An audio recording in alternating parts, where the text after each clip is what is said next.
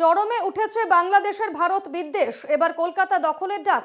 4 দিনের মধ্যে কলকাতা দখল করে নেব। ভারত তো দূরের কথা, আমেরিকারও আমাদের সামনে টিকবে না। ঢাকায় ভারত বিরোধী মিছিল থেকে এমনই দাবি বাংলাদেশের প্রাক্তন সেনাকর্মীদের। মিছিলের ভিডিও পোস্ট কলকাতা ইসকনের ভাইস প্রেসিডেন্টের।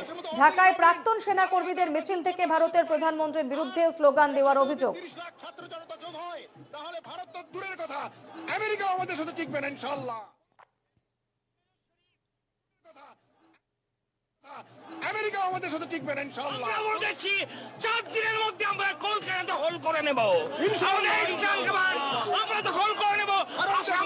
সামরিক বাহিনী, ছাত্র জনতা আমরা একত্রে আছি। আমরা রাবার 5000 সদস্য, এই 5000 সদস্যের মধ্যে অর্ধেকই নবীন, 2500 আমরা যুদ্ধের মাঠে যেতে পারি। আর এর সাথে যদি 30 লাখ ছাত্র জনতা যোগ হয় তাহলে ভারত তো দূরের কথা, আমেরিকা আমাদের সাথে টিকবে না ইনশাআল্লাহ।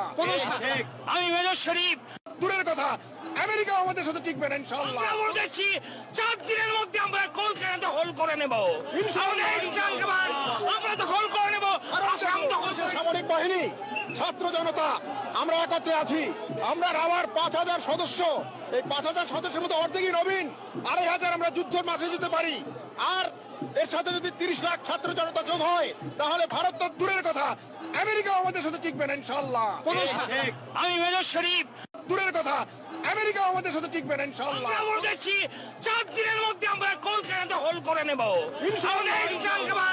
আমরা দখল করে নেব। সামরিক বাহিনী, ছাত্র জনতা আমরা একত্রে আছি।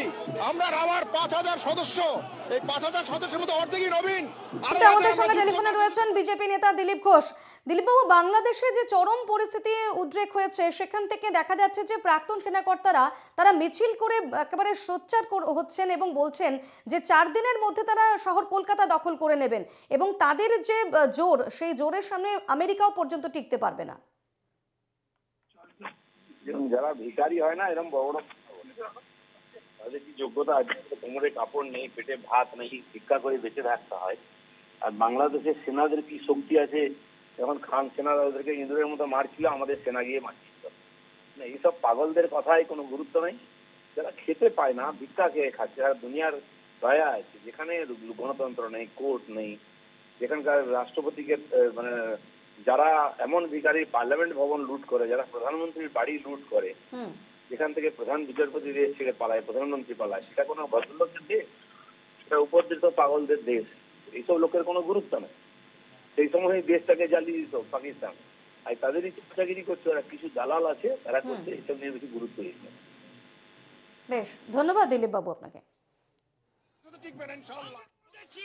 4 দিনের মধ্যে আমরা কলকাতা দখল করে নেব। আমরা দখল করে নেব। সামরিক বাহিনী, ছাত্র জনতা আমরা একত্রে আছি। আমরা রাবার 5000 সদস্য, এই 5000 সদস্যের মধ্যে অর্ধেকই নবীন, 2500 আমরা যুদ্ধের মাঠে যেতে পারি।